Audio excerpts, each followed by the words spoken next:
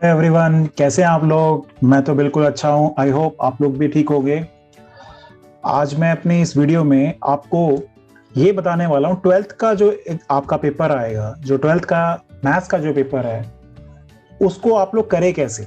ठीक है, बहुत से बच्चों की एक क्वेरी आती है कि सर हम लोग जब अटेम्प्ट करने जाते हैं तो जैसे मैंने आपको लास्ट वीडियो में बताया था कि कौन कौन सी एरर्स हैं, तो इसी तरह से कि हम जब पेपर करने बैठते हैं तो आपको पता होगा कि बहुत सारी चीजें ऐसी हो जाती हैं कि कई बार हमारा पेपर पूरा नहीं हो पाता, कई बार कुछ और चीजें हो जाती है हमारे साथ।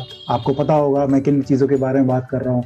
तो वो एक्चुअल में हम लोग किस तरह से उसको मैनेज करें या किस तरह से पेपर को सही तरीके से अटेम्प्ट करें, तो उसके लिए मैं आपको कुछ पॉइंट्स आपको बताना चाह रहा हूं। ठीक है, कुछ पॉइंट्स आपसे शेयर करना चाहता हूं। ठीक है, जरा वो पॉइंट्स देख लीजिए। राइट, तो how to attempt mathematics board paper class 12th board exam में। राइट, फर्स्ट पॉइंट अगर आप देखेंगे तो इसमें मैंने लिखा है रिलैक्स योर ब्रेन। ठीक है, सबसे पहला फंडा यही है भाई साहब, जब भी आप पेपर देने जाते हैं अपने ब्रेन को रिलैक्स रखो, जो कि 90% पॉसिबल नहीं होता जनरली बच्चों में। क्यों? एक हवा बैठा होता है मैथ्स का फोबिया, जिसके बारे में मैंने पहले भी जिक्र किया था। तो उस फोबिया के चक्कर में हम लोग अपने ब्रेन को रिलैक्स नहीं रख पाते।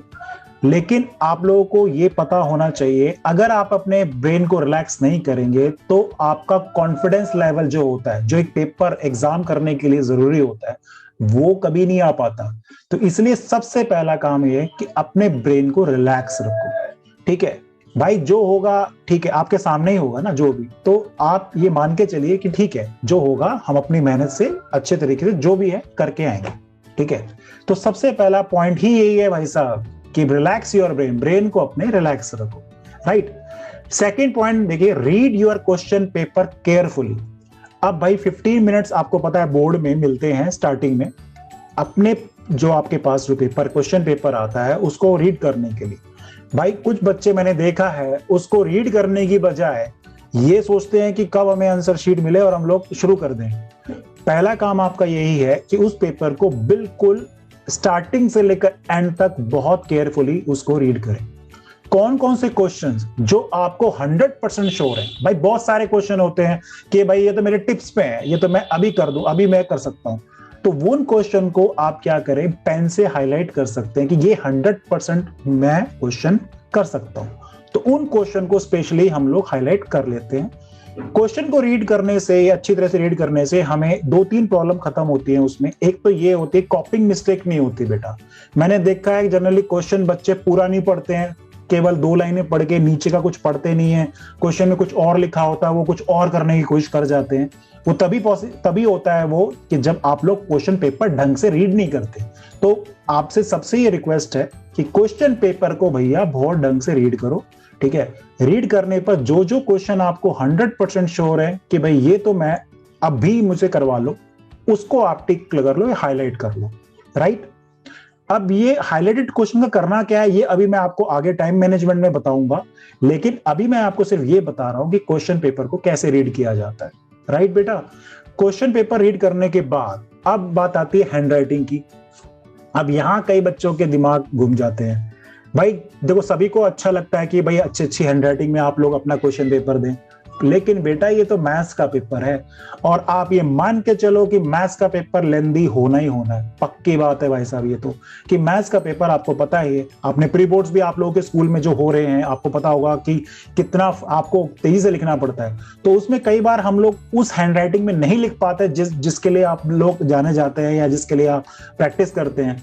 तो मेरे बच्चों इस चीज को ध्यान में रखो, हैंडराइटिंग का रोल सिर्फ उतना ही है कि दूसरे को पढ़ने पर समझ में आ जाए। ठीक है भाई, ऐसा भी कचरा मत लिख देना कि भाई दूसरे को पता ही ना चले कि भाई आपने 2 लिखा है या 9 लिखा है या 5 लिखा है।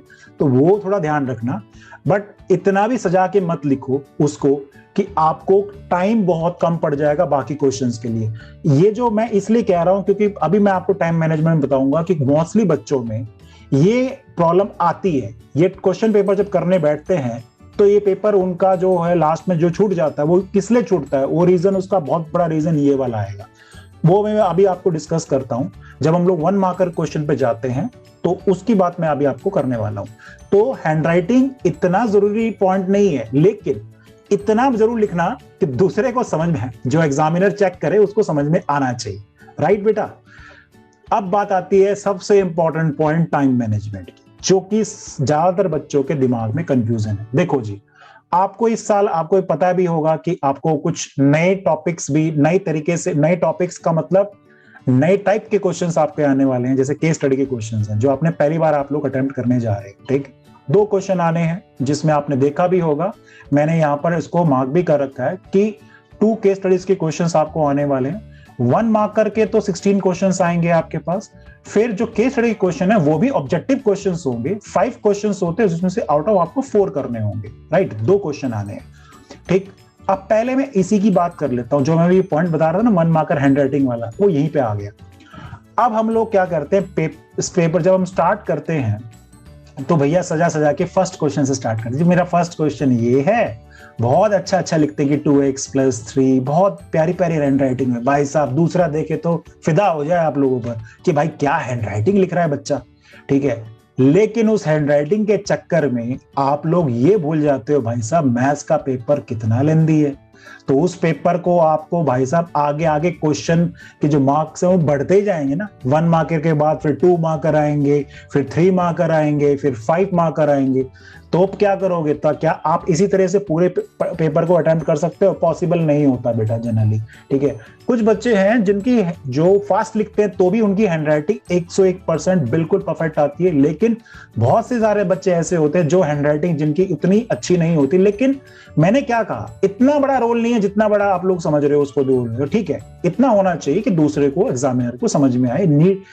नीट हैंडराइटिंग की बात कर रहा है, नीट का मतलब ये गंदा बंदा नहीं, ये जैसे लिखा आपको ये ठीक नहीं लगा, कटा तो कटिंग यूं यूं यूं करना, ये सब करना मत करना। ठीक है, ये मत करना, क्योंकि इससे बैड इंप्रेशन, आपको पता ही है, first impression the last impression. Right, तो इससे इंप्रेशन बहुत बुरा पड़ता है। तो अगर आपको कोई कट करना भी है तो आप उसको सिंपली एक लाइन में ऐसे कट करके नेक्स्ट से आप वो टर्म दोबारा से लिख सकते हो। ठीक है, जिससे कि हाँ उसको, एग्जामिनर को पता है भाई इसने कट किया और ये आगे स्टार्ट। ये नहीं है कि आप उसको ये और फिर ऐसे इस तरह से जो करते हैं ना, हम छोटे बच्चे बोलते हैं ना, गुचड़ मुचड़ करना, वो मत करना। राइट बेटा, तो ये मैं आपको बता रहा था। ठीक है, अब बात करते हैं टाइम मैनेजमेंट की, बात करते हैं कि हम एक पेपर को कैसे टाइम को एलोकेट करें या किस तरह से मैनेज करें। देखिए, अब इसमें 2 पार्ट आते हैं। एक पार्ट ये आता है कि हम पहले कौन से क्वेश्चन स्टार्ट करें, कहां से स्टार्ट करें, क्या हम लोग सीक्वेंस में चलें। ठीक है, देखो सीक्वेंस में अगर आप लोग चलते हो तो मैं ये बताता हूं कि 80% जो बच्चों का पेपर है वो छूटता है। उसका रीजन मैं बताता हूं।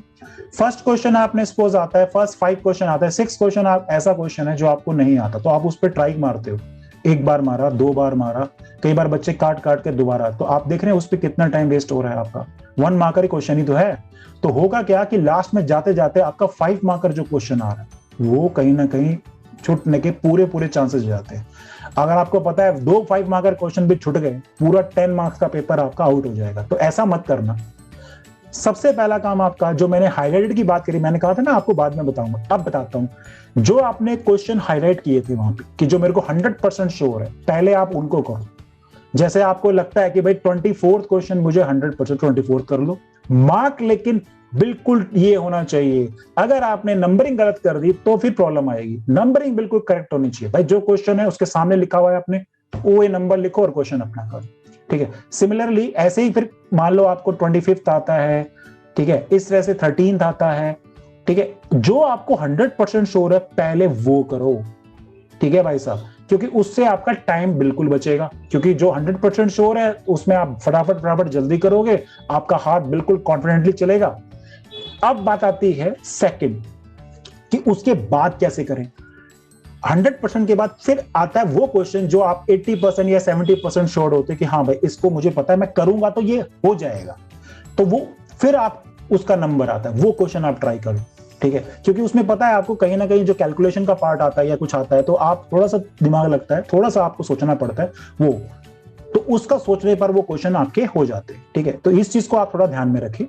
ठीक है, अब बात आती है कि भैया कि आपने सर बता दिया, चलो तो 5 मार्कर क्वेश्चन जो सबसे बड़े क्वेश्चन आते हैं तो वो कब करें, जो 3 मार्कर क्वेश्चन है वो कब करें। देखो जो 5 मार्कर क्वेश्चन है, आपको पता है इस साल थोड़े से 5 मार्कर को, पहले 6 क्या आते थे, वो पहले 4 क्वेश्चन आते थे, अब इस साल उन्होंने 3 क्वेश्चन ही कर दिए खाली 5 मार्कर के। तो ये जो 15 मार्क का जो पेपर आप देख रहे हैं, 5 से 15 होता है बेटा, 15 मार्क्स का जो पेपर है आपके पास है, ये जो पेपर है ना आप स्टार्टिंग में करो ना आप एंड के लिए छोड़ो, ये बिल्कुल मिडिल में करो, क्योंकि ये 15 मार्क्स आपको लेना जरूरी है, क्योंकि एक क्वेश्चन छूटेगा तो 5 मार्क पूरे जाएंगे बेटा। तो इस 5 मार्कर क्वेश्चन को आप मिडिल में करो, ना फर्स्ट आवर में करो, ना थर्ड आवर में करो, सेकंड आवर में, यानी 1.5 आवर के बाद आप ये क्वेश्चन ट्राई करें। इसके लिए आप टाइम अलोकेट कर सकते हो भाई, मैक्सिमम आप टाइम इसमें 10 to 15 मिनट्स बच्चा ले सकता है, ठीक है, इतना चलता है कि जो 5 मार्कर क्वेश्चन है भाई इतना तो लगता है। क्यों इसलिए लगता है कि जो 1 मार्कर क्वेश्चन है उसमें 1 to 2 मिनट्स, 1 मिनट 2 मिनट से ऊपर नहीं लगना चाहिए। आप प्रैक्टिस करोगे तो बेटा वो चीजें ठीक होंगी आपकी, तो उससे ऊपर नहीं लगना चाहिए, ठीक है। वो उन्हीं बच्चों का टाइम ज्यादा लगता है जो उस पर एक्सपेरिमेंट करने की कोशिश करते हैं। एक्सपेरिमेंट नहीं करना, अगर नहीं आता अब आगे बढ़ जाओ, नहीं आता आगे बढ़ जाओ, राइट बेटा। तो इस चीज को आप थोड़ा ध्यान में रखो। अब बात आती है 3 मार्कर क्वेश्चन, ठीक है। 3 मार्कर क्वेश्चन की कहानी वही है जो मैंने कहा था ना, कि अगर इसमें से आपको बहुत सारे क्वेश्चन ऐसे हैं जो कि आपको 100% श्योर है तो आप उसको कभी भी कर सकते हो। तो यानी आपका, मैं जो बता रहा हूं, आप अपना पेपर अपने आप ही उसका सीक्वेंस करोगे बेटा, कोई और नहीं बताएगा। आप खुद सीक्वेंस सेट करोगे कि भाई मुझे पहले क्या करना है, फिर क्या करना है और फिर क्या करना है। बट मेरा एक ही सजेशन था कि जो 5 मार्कर क्वेश्चन है ना स्टार्टिंग में करो ना एंड में करो। स्टार्टिंग में कई बार करने से क्या होता है बेटा कि 5 मार्कर क्वेश्चन में अगर आपकी कैलकुलेशन गड़बड़ होगी तो आपको और बाद में पता लगता है गलत है, तो आप पूरा कट करके दोबारा, तो उसमें काफी टाइम वेस्ट होने के चांसेस हो जाते हैं, ठीक है। क्योंकि एक होता है ना, हाथ एक बार चलना होता है, ठीक है बेटा। मशीन भी जब चलती है स्टार्टिंग में तो एक बार थोड़ा टाइम लेती है, थोड़ा हल्का सा वाइब्रेशन होता है, जैसे एसी चलता है, आपको पता है इन्वर्टर एसी जब चलते हैं तो एक बार स्टार्टिंग में जोर से चलेंगे और उसके बाद फिर धीरे धीरे वो रवा जिसे बोलते हैं कि हाँ धीरे धीरे वो उसके यूज्ड टू हो जाते हैं। तो सेम चीज जब आपका हाथ चलने लग जाता है तो 1.5 आवर के बाद आपका हाथ चलेगा, तो उस टाइम अगर आप ये क्वेश्चन करोगे तो आपके लिए बेटर होगा। तो ये बेसिकली टाइम मैनेजमेंट का मेन रोल होता है कि हम पहले कौन सा क्वेश्चन करें फिर कौन सा करें। बट स्पीड का बेटा फिर ध्यान जरूर रखना, सबसे इंपॉर्टेंट पॉइंट स्पीड का है। स्पीड आपको अच्छी रखनी पड़ेगी। मैं फिर कह रहा हूं सजा के लिखने की कोशिश ज्यादा मत करना, कहीं पता लगे कि आपने सजाने के चक्कर में आप 5 क्वेश्चन को सजा गए, उसके चक्कर में 5 क्वेश्चन छूट जाएंगे तो भाई साहब फिर फायदा क्या होगा, ठीक है बेटा। तो टाइम मैनेजमेंट के बारे में आप थोड़ा सा ध्यान में रखिए।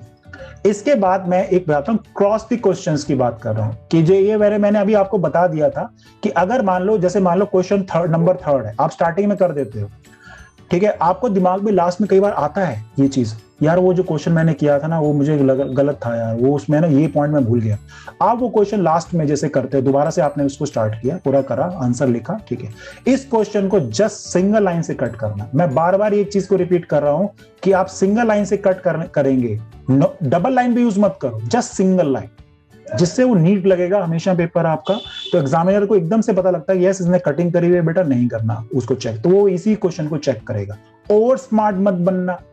यहां कुछ बच्चे ओवर स्मार्ट बनने की कोशिश करते हैं। ओवर स्मार्ट का मतलब जो ऑप्शन और जो क्वेश्चंस आते हैं जिसमें चॉइसेस आती है, वो क्या होता है, एक क्वेश्चन नहीं आ रहा, वो क्या करता है इसी और पार्ट का फर्स्ट और सेकंड दोनों पार्ट कर डालते हैं, ठीक है, कि एग्जामिनर को पता नहीं चलेगा। नहीं बेटा ऐसा नहीं होता। हो सकता है जब वो चेकिंग कर रहा हो तब पता ना चले, लेकिन आपको पता होना चाहिए कि पेपर के ऊपर स्टार्टिंग में ब्लॉक्स बने हुए होते हैं इस तरह से, तो वहां पे नंबरिंग होती है किस क्वेश्चन में आप कितने मार्क्स दे रहे हो। तो ऑटोमेटिकली जब इस क्वेश्चन की जैसे 15th क्वेश्चन की बारी आएगी तो 15th के आगे वो एकदम से देख पता लग जाएगा उसको कि यस, तो इसलिए ओवर स्मार्ट नहीं बनता, ठीक है। अगर नहीं आता तो नहीं आता, इट्स ओके, कोई बात नहीं। कुछ बच्चे के साथ ऐसा हो सकता है, ठीक है, सबके साथ तो ऐसा नहीं होगा ना बेटा, कुछ एक के साथ होगा। तो ये चीज याद रखना, एक तो क्रॉस का मैंने बताया और ओवर स्मार्ट नहीं बनना है बेटा आपको। चेकिंग द आंसर, अब ये बहुत सारे बच्चों की क्वेरी आती है कि सर लास्ट में हमारे पास 15 to 20 मिनट्स इतना बचना चाहिए कि चेकिंग कर सके। भाई साहब मैथ का पेपर है, कई बार ऐसा होता है बेटा 15-20 मिनट वो हमारे यूज करेंगे ना हम लोग उसको, ठीक है। अब चेकिंग का देखो ये अपना अपना ओपिनियन होता है। कुछ लोग कहते हैं कि जब हम लोग क्वेश्चन करते हैं तो उसी टाइम हम हाथ के हाथ चेक कर लेते हैं। कुछ बच्चे कहते हैं कि सर हमें लास्ट में 15 मिनट्स, हम 20 मिनट्स हमारे पास बच जाते तो उसमें हम चेकिंग करना, बट मैथ्स का पेपर जनरली खुद चेक करना, क्योंकि उसमें कैलकुलेशन चेक करना, पूरे 36 क्वेश्चन जितने भी आते हैं आपके, 39 क्वेश्चन जितने भी आते हैं, उसको चेक करना इतना आसान नहीं होता है, ठीक है। तो उसको यूटिलाइज करने की कोशिश करना उस टाइम को, ठीक है। मेरा ये कहने का मतलब ये है। तो ये आपके ऊपर डिपेंड करता है कि आप उसको साथ साथ चेक करते हो ये, लेकिन साथ साथ चेक करने में बस एक ही बैठा हुआ टाइम का चक्कर पड़ेगा कि टाइम बाद के क्वेश्चन के लिए कम ना पड़ जाए, बस इतना ध्यान रखें। तो बेटा ये मेरे कुछ पॉइंट्स थे आज के, ठीक है, जो आप लोगों को मुझे बताना था, ठीक है।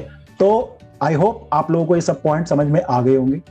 अच्छा, आज मैं आपको एक बात बताना कि आजकल मेरा जो 21 डेज चैलेंज जो है वो चल रहा है।